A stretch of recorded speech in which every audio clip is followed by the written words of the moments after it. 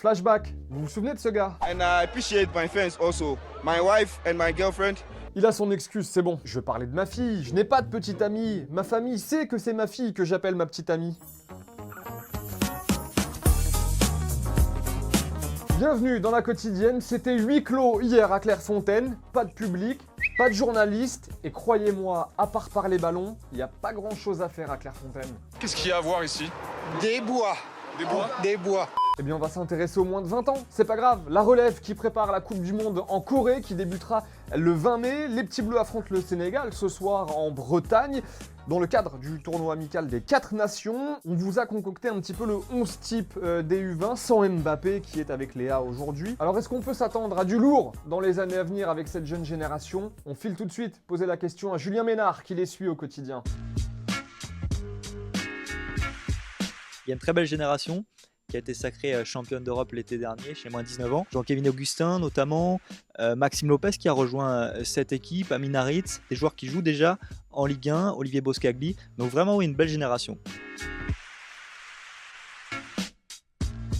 Aujourd'hui dans l'effectif U20, il y a Lucas Touzard, c'est peut-être celui qui se rapproche le plus de l'équipe de France, tout en sachant qu'il y aura sans doute une autre étape avec les espoirs. Là il n'y a pas de sélection espoir ce mois-ci.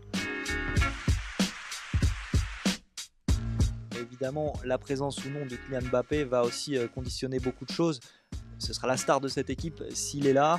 On va aussi profiter de son expérience puisqu'il vient d'être appelé en A. Après, ce qu'il faut savoir, c'est que ce mondial débute le jour de la dernière journée de championnat. Du coup, est-ce que Monaco va accepter de le lâcher? Si Monaco bataille pour le titre jusqu'à la dernière journée, c'est toute la question. Qui verra-t-on très vite en bleu? Lequel des U20 a le plus gros potentiel selon vous? On attend vos réponses, vos avis dans les commentaires. On jouait en amical hier soir, l'Allemagne a battu l'Angleterre 1-0 avec un but de Lukas Podolski. Il aura joué 130 matchs avec la Mannschaft. C'était son dernier match en sélection hier et le moins que l'on puisse dire c'est qu'il a tiré sa révérence en beauté. Sa première sélection remonte au 6 juin 2004, même si on a tous l'impression qu'on le connaît depuis 20 ans. Juste un mot de l'adversaire de l'Allemagne, l'Angleterre. On vous a déniché des images de l'entraînement des gardiens, on appelle ça un entraînement spécifique.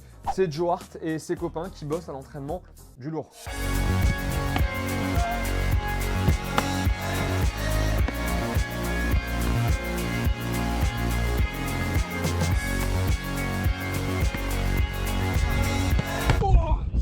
Et pendant ce temps-là, Madrid est en fusion. Pourquoi, vous allez me dire? Parce qu'Enzo Zidane, sous les yeux de son papa, a fait ça à l'entraînement.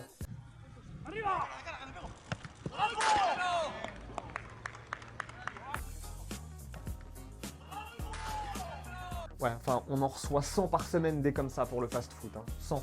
Et pendant ce temps-là, toujours, au Pérou, cette fois-ci, on a saisi 1,5 tonne de cocaïne. Et vous allez me dire, pourquoi on parle de ça? De la cocaïne emballée dans du papier Léo Messi. Oui, oui, Léo Messi en emballage pour de la cocaïne. Il y a un truc qui cloche sur cette terre. Je sais pas quoi, mais il y a un truc qui cloche. C'est la fin de la quotidienne. Merci d'avoir passé ce petit moment en notre compagnie. Comme d'habitude, on va se quitter en images, en musique. On file en Nouvelle-Zélande, 92e minute, 2 buts partout. Et là, un mec s'énerve. À demain. Bye bye.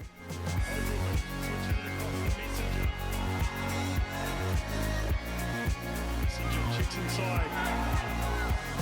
With the outside. Right in the top corner. Zach Speedy, no chance.